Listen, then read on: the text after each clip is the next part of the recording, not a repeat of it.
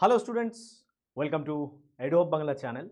তো আজকের এই ভিডিওতে খুব একটা গুরুত্বপূর্ণ বিষয় নিয়ে আমি ডিসকাস করব। সেটা হচ্ছে যে তোমরা অনেকেই এবছর WBPSC ক্লার্কশিপ এক্সামিনেশন দিয়েছো, যেটার পার্ট 1 বা প্রিলিমিনারি এক্সামিনেশন হয়ে গেছে। এবার ডেসক্রিপটিভের জন্য তোমরা প্রিপারেশন নিচ্ছ এবং ডেসক্রিপটিভ কবে হবে সেটা অলরেডি আমরা জেনে গেছি। তো তার জন্য বিভিন্ন বিষয় নিয়ে আমরা চিন্তিত রয়েছি। সব থেকে একটা ইম্পর্টেন্ট বিষয় হচ্ছে ডেসক্রিপটিভের যে কত মার্কস আমাদের তুলতে হবে। ঠিক আছে, এটা নিয়ে কিন্তু স্টুডেন্টদের মধ্যে একটা খুব কনফিউশন হয়। তার কারণ কি, যে ডেসক্রিপটিভে কত মার্কস আমরা টার্গেট করব, কারণ অলওয়েজ আমাদের জীবনে সব ক্ষেত্রে একটা টার্গেট রাখতে হয়। এবার টার্গেটের যদি আমরা 100 পাবো বলে টার্গেট করি, আমরা সেখানে 80 পাই, আমরা সেখানে 90 পাই, কোনো কোনো ক্ষেত্রে 95 পাই, কোনো কোনো ক্ষেত্রে ব্যতিক্রমী দু একটা ক্ষেত্রে 100ও পেয়ে যাই। তো আমাকে একটা টার্গেট রাখতে হবে ফর দ্য ডেসক্রিপটিভ এক্সামিনেশন। ঠিক আছে, এবং আমরা সকলেই জানি যে পিএসসির যে ক্লার্কশিপের মেইনস রয়েছে সেখানে ডেসক্রিপটিভ হচ্ছে 100 মার্কসের হয় এবং পার্ট 1 100 মার্কসের হয়। দুটোর নাম্বার একসাথে অ্যাড করে টোটাল 200 মার্কসের ওপরে কিন্তু তোমার ফাইনাল মেরিট লিস্ট প্রস্তুত করা হয় এবং ফাইনাল মেরিট লিস্ট প্রিপেয়ার করা হয়। এবার চলো আমরা দেখে নিই ওয়ান বাই ওয়ান যে কত মার্কস আমাদের টার্গেট করতে হবে, এবং একটা প্রপার অ্যানালিটিক্যাল ভিডিও প্রত্যেকটা ডেটা অ্যানালাইজ করে কিন্তু আমি তোমাদের প্রপার কি ধরনের মার্কস তোমাদের টার্গেট করতে হবে সেটা বলে দেবো এই ভিডিওতে। প্রথমেই যেটা রয়েছে সেটা হচ্ছে যে গত বছর ক্লার্কশিপের ডেটাটা যদি আমরা অ্যানালাইজ করি, 2019 লাস্ট ক্লার্কশিপ হয়েছিল এবং সেখানে টোটাল ভ্যাকেন্সি ছিল 7,227টা। 7,227টা টোটাল ভ্যাকেন্সি ছিল। এবার এই ভ্যাকেন্সির রেসপেক্টে আমাদের যে কাট অফ ছিল সেটা কীরকম, সেটা হচ্ছে যে ইউআর ক্যাটাগরির এখানে পার্ট 1 কাট অফটা আমি লিখেছি, এবং তোমাদের বোঝার জন্য এখানে পার্ট 2 এর কাট অফটা লিখেছি বা ফাইনাল কাট অফটা লিখেছি। এবার এই ডেটা যদি তোমরা প্রপারলি দেখো তাহলে একটা জিনিস ক্লিয়ারলি তোমরা বুঝতে পারবে যে পার্ট 1 এর কাট অফ আর পার্ট 2 এর ফাইনাল লিস্টের মধ্যেকার যে ডিফারেন্স রয়েছে সেটা কিন্তু অনেকটাই বেশি।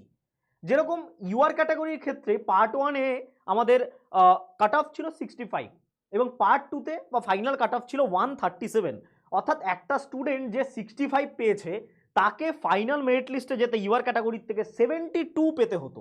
72 পেতে হতো রিটেনে, যেটা পাওয়া কিন্তু আমি বলবো না ইম্পসিবল, বাট একটু চাপের বিষয়। তার কারণ ডেসক্রিপটিভে কিন্তু মোরললেস 60% অবধি সুন্দরভাবে লিখলে পাওয়া যায়। তার ওপরটা ডিপেন্ড করে পুরোপুরি টিচার এবং তুমি কতটা আরও বেশি এফোর্ট দিচ্ছ তোমার রাইটিংয়ে তার উপরে।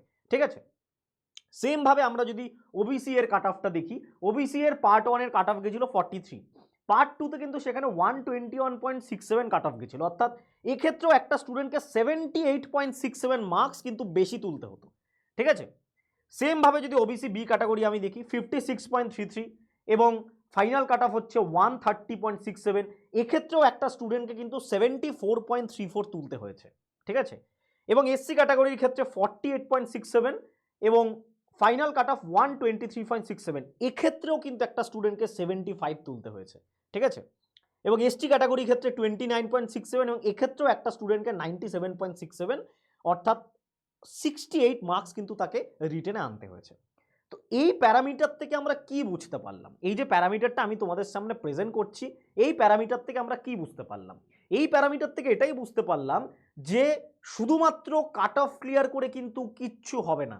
এটা বারবার আমি তোমাদের আগের ভিডিওতেও বলেছি যে কাট অফ যেটাই হোক না কেন, সেটা 60-র নিচে চলে যাক কি 60-র ওপরে থাকুক কি 50-র নিচে চলে যাক, কাট অফের দিকে লক্ষ্য করে আমাদের কিন্তু চাকরি হবে না। এটা বারবার বোঝার চেষ্টা করো। ঠিক আছে, এই যে ডেটাটা রয়েছে এটা দেখে আশা করি বুঝতে পারছো যে সাপোজ এবছর যদি কাট অফ 55 ওঠে, তোমাকে কিন্তু রিটেনে মিনিমাম 70+ তুলতে হবে to get in the actual merit list বা ফাইনালি চাকরিটা পেতে হলে, সে যে ক্যাটাগরির থেকেই তুমি হও না কেন। ঠিক আছে, এইটাই হচ্ছে মেজর ফ্যাক্টর। এবার এই জায়গায় দাঁড়িয়ে আমরা এডুহাব বাংলার চ্যানেলের তরফ থেকে তোমাদের জন্য কতগুলো জিনিস আমি সাজেস্ট করছি, এবং তার সাথে সাথে অবশ্যই আরেকটা জিনিস জানিয়ে রাখি যে তোমাদের ক্লার্কশিপের ডেসক্রিপটিভের জন্য যদি তোমরা ফ্রি ক্লাসেস চাও তাহলে অবশ্যই কমেন্ট বক্সে জানাবে, এবং আমাদের হোয়াটসঅ্যাপ গ্রুপ ক্রিয়েট করা হয়েছে একটা ফ্রি ক্লাসের জন্য। সেখানে রেগুলার তোমরা ফ্রি ক্লাসের আপডেট, ফ্রি নোটস সব কিছু কিন্তু পাবে, সেটার জয়নিং লিঙ্ক কমেন্ট বক্সে পেয়ে যাবে।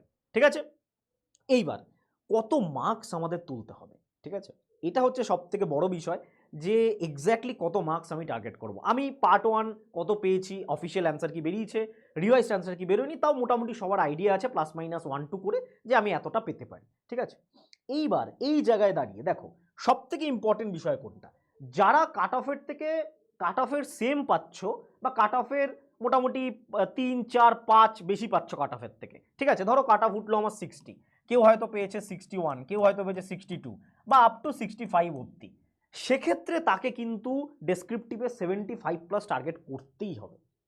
এবার তুমি বলতে পারো স্যার এবছরের ডেসক্রিপটিভ কি প্যাটার্নে হচ্ছে বা কতটা আগের বছরের মতো সেম হচ্ছে কিনা, তার থেকে আরও একটু ডিফিকাল্ট হচ্ছে কিনা ডেসক্রিপটিভ, সেটাও ডিপেন্ড করবে, অবভিয়াসলি ডিপেন্ড করবে। বাট আমাকে টার্গেট এটা রাখতে হবে, ঠিক আছে, আমাকে কিন্তু টার্গেট এটা রাখতে হবে, 75+ আমাকে টার্গেট রাখতে হবে যারা কাট অফের রেঞ্জে ঘোরাফেরা করছো, ঠিক আছে।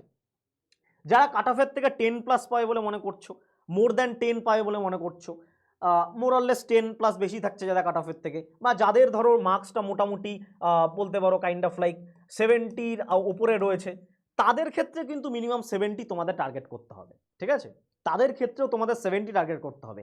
এইবার এখানে একটা কথা আসে, আমি 75 কেন বলেছি, আমি টার্গেট বলেছি, এর থেকে বেশিও তোমরা পেতে পারো যদি খুব ভালো তোমাদের অ্যান্সার রাইটিং থাকে বা ডেসক্রিপটিভ রাইটিং যদি খুব ভালো থাকে।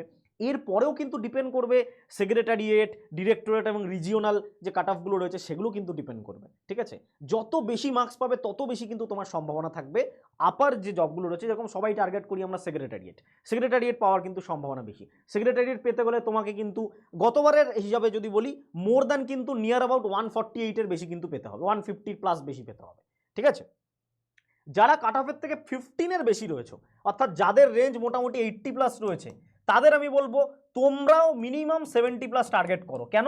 দেখো তোমরা অলরেডি, আমি কাউকে ছোট করে বলছি না, বাট তোমরা অলরেডি অনেকটা মার্কস পেয়ে ওপরে এগিয়ে আছো, ঠিক আছে। এবার তোমরা টার্গেট করো ওপরের যে জবগুলো রয়েছে সেগুলোকে। ধরো সেক্রেটারিয়েট তোমাদের যদি পাওয়ার ইচ্ছে থাকে, বা সেক্রেটারিয়েট যদিও বা না হয় অ্যাটলিস্ট ডিরেক্টরেট, ঠিক আছে, এই জিনিসগুলো কিন্তু বোঝার চেষ্টা করো। তোমরাও 70+ টার্গেট করো। যারা কাট অফের সেম থাকছো তারা 75+ 80 টার্গেট করো। যারা কাট অফের থেকে 10 বা 15 বেশি থাকছো তারাও কিন্তু 70+ টার্গেট করো বলবো, for getting a better post, ঠিক আছে। এটাই হচ্ছে আমার তরফ থেকে তোমাদের জন্য সাজেশন থাকবে। তো ভালো করে preparation now, edu of Bangla চ্যানেলের সাথে যুক্ত থাকো, ফ্রি ক্লাসেস কিন্তু রেগুলার তোমরা এডু অফ বাংলা চ্যানেলে পেয়ে যাবে। কোনো রকম কোয়ারিজ বা কোনো রকম জিজ্ঞাসা থাকলে নিচের হোয়াটসঅ্যাপ গ্রুপ রয়েছে, টেলিগ্রাম গ্রুপ চ্যানেল রয়েছে আমাদের অফিসিয়াল, দুটোতেই জয়েন হয়ে যাও, সেখানে জিজ্ঞেস করতে পারো, অথবা নিচের যে নাম্বার রয়েছে দেওয়ারটা, এই নাম্বারে তোমরা যোগাযোগ করতে পারো। Thank you and best of luck for your preparation.